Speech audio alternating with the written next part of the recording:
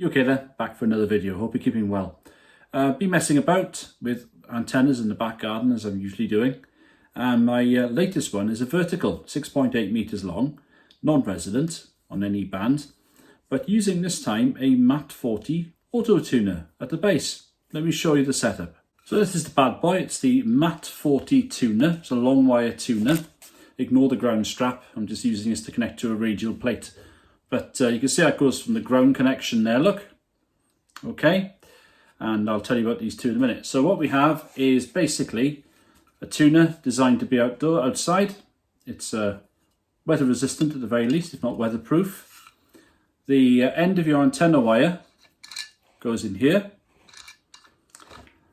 And then on the other side, you have three main connections. This is for the ground, as we've said. SO239 for your coax. This one is for a control cable. All right. So along with the tuner, you're buying as well a control cable that comes with it, and that's about 10 meters in length. And what you then do, depending on the radio you've got, you then got to buy not a lot of money, a control cable which works with your radio. So you've got for Kenwood, Yaesu, or ICOM. Now I've got two. I've got one already in the back of my ICOM 7300, as you can see from this photo here. The other one I have, which I'll just rustle up for you, bear with me. You can tell from that clunk, it's a heavy bit of kit really. Should have had this ready for you, shouldn't I? Here we are. So this is the one we've got here for the Yaesu. And you can see, if I open it up actually, this is the end that goes into the control cable that comes in from the actual tuner, and this is the one that goes into the back of the Yaesu. And the ICOM one, as you can see from the earlier photo, has a different connection. That goes into the tuner socket at the back of your rig. And what this tuner basically then becomes is like a bespoke tuner for your radio. So the ICOM, we've got the ICOM AH4, I think it is. It's the remote auto tuner. Long wire tuner. Well, effectively that control cable adapter turns your MAT-40 into an ICOM AH4, and I can't remember what the Yaesu one is, but it's obviously a similar one for Yaesu as well. And like those tuners, the MAT-40 will take about 125 watts, something like that. Makes it ideal then if you're not running a linear, and ideal for portable as well. So the antenna I've just lashed up very quickly. As I say, it's a 6.8 meter vertical.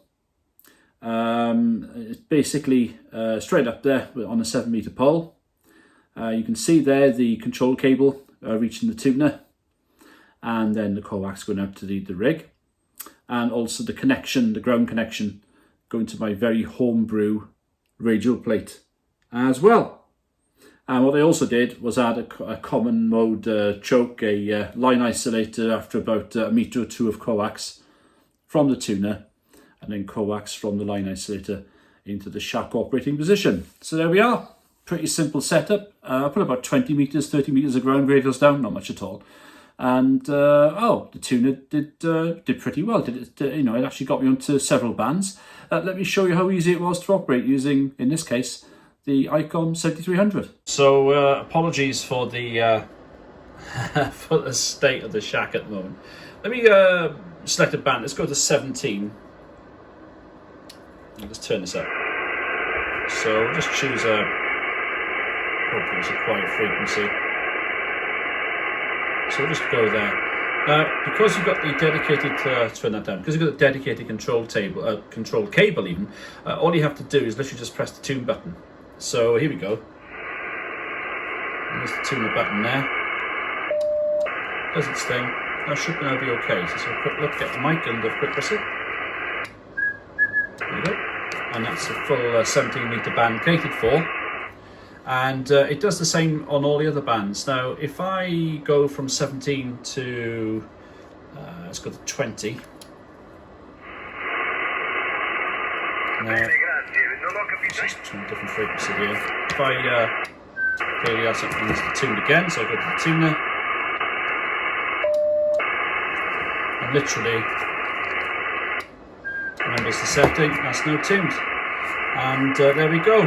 It even tunes down, down, yes, it is down, to 40 meters. So there we are. seems to work pretty well. So there we are, a pretty simple tuner to use. So 6.8 meters of wire.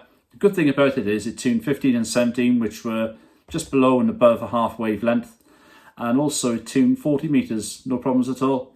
So very happy with that. It's a good start. It's probably not quite up to the standard of an SGC, it's an SGC 230, but it's certainly, for the price, a pretty competitive bit of kit, and just adds another little addition to the armoury, so to speak. I'll be looking forward to trying this antenna out portable as well. Got one or two plans for it, especially when the higher bands begin to play ball a bit more as we near the end of the summer towards the autumn time. I'm not wishing winter on anyone, but it'll be interesting to see the bands when they really pick up again as we approach the next equinox. Anyway, thanks for watching. If you fancy subscribing, there's a link there, and there's another video coming up over there. Take care, and thanks for watching. 7-3.